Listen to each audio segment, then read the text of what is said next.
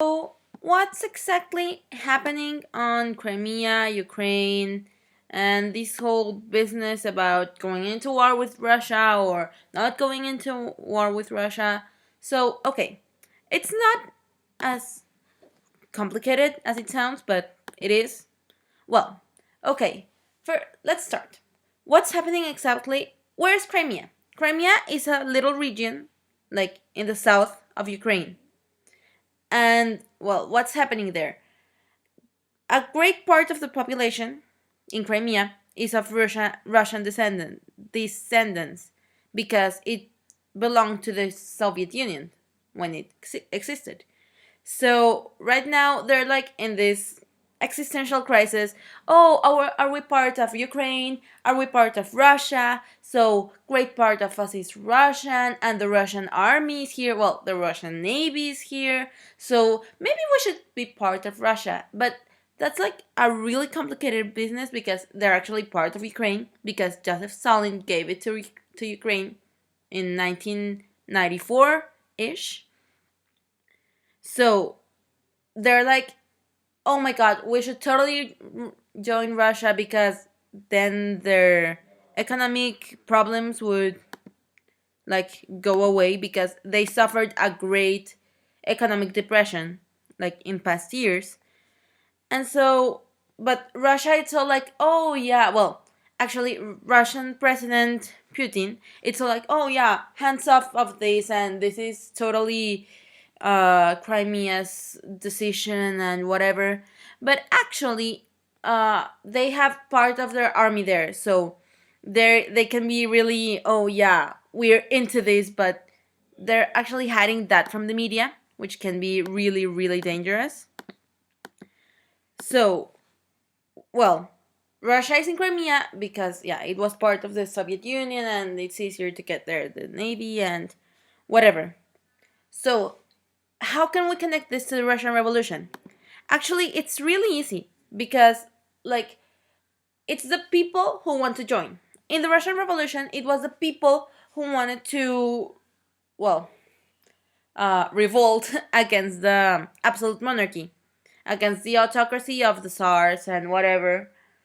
And they made these movements because they were more people wanted to be independent that more people than the people that wanted to keep the autocracy.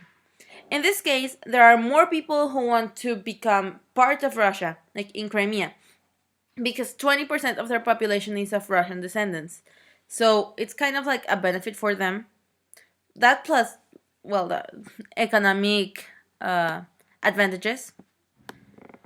And so it's kind of, in that sense, it's like the Russian Revolution because it's the people wanting a better future, but it's like opposite of the revolution because it's the people wanting to join Russia when they actually wanted to separate from Russia in some sense in the Russian Revolution because they wanted a different government.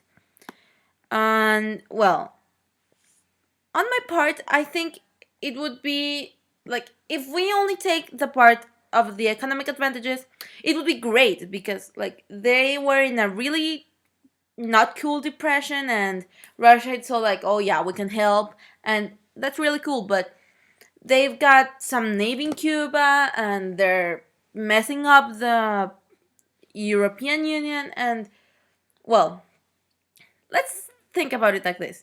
How did the past two world wars started? Because people were messing with other countries' business. Take your hands off the other country's business. Come on, focus on your people. Russia can focus on their people. Ukraine can focus on their people. So, like, if they keep doing this, other countries will get mad because right now, like the U.S., it's all like, oh my God, you should totally stop doing that because it's really dangerous. And well, if the different governments start like giving their opinions, this won't end good. So I really think that Crimea should get Russia should get hands off. Putin should really stop messing with Ukraine because Ukraine is getting really mad. And well, they should primarily focus on a way to end the economic depression and not having to join another country. because this would lead to another world war. And well, we all know that Russia has a great advantage in technology. So it would be a really, really messed up business. So I think they should stop this.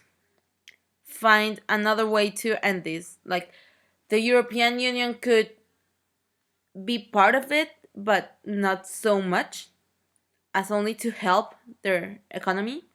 And it would be great for everyone. So that's it.